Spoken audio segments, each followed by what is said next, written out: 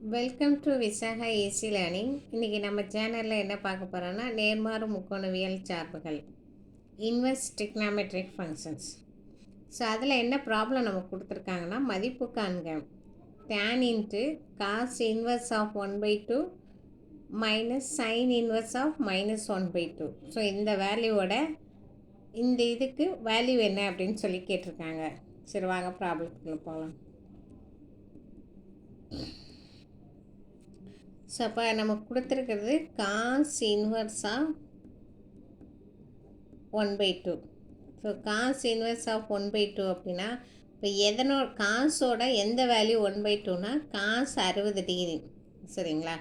So அப்போ cos அப்படின்னா நமக்கு ரேஞ்ச் என்னவென்னா ஆல்ரெடி சொல்லியிருக்கேன். காசு அப்படின்னாலே காசுக்கு வந்து ரேஞ்ச் -1 to டொமைன் வந்து -1 to +1.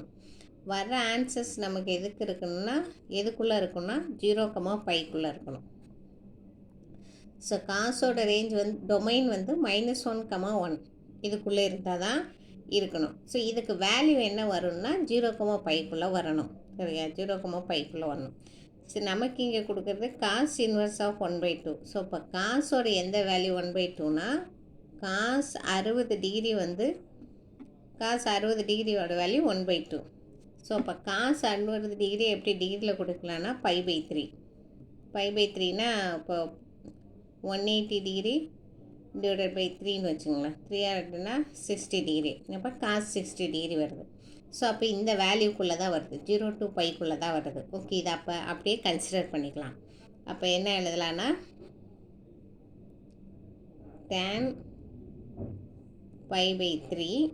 ஸோ இங்கே இருக்க tan π/3. So tan π/3 so minus sine inverse of -1/2. சைனோட எந்த வேல்யூ 1/2. ஸோ மைனஸ் அப்படியே வச்சுக்குவோம். சரிங்களா? அப்புறம் பார்த்துக்கலாம். இப்போ 1/2 சைன் ஆஃப் 1/2 அப்படின்னா சைன் 30 டிகிரி. ஓகேங்களா? சைன் 30 டிகிரி வந்து சைன் 30 டிகிரி தான் 1/2. ஸோ சைன் 30 டிகிரி 1/2னா π/6. ஓகேங்களா? π/6. ஸோ அப்போ இது எப்படி டிவைட் பண்ணால் பையோட வேல்யூ 180 டிகிரி டிவைடட் பை 6னா 30. ஸோ அப்போ சைன் 30 டிகிரி தான் 1/2. ஸோ அப்போ எப்படி எதுலான்னா -π/6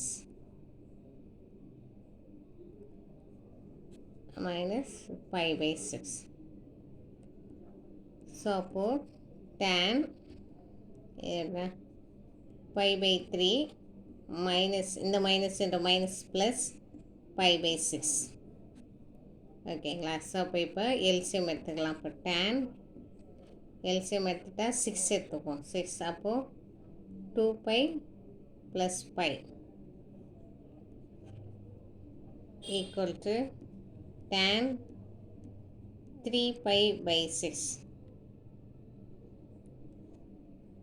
ஸோ அப்போ கேன்சல் பண்ணால் 1 3 are 3, 2 3 are 6.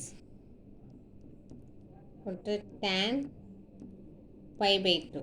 ஸோ அப்போ இதனோட வேல்யூ வந்து tan π/2. tan π/2னா ஸோ பைக்கு வேல்யூ π ஈக்குவல் டு 180 டிகிரி. சரிங்களா? π/2ங்கும் போது π/2 அப்படின்னா ஸோ 180 டிகிரி டிவைடட் பை 2ன்னு வச்சுக்கோங்க, 90 டிகிரி. ஸோ அப்போ tan 90 டிகிரியோட வேல்யூ இன்ஃபினிட்டி.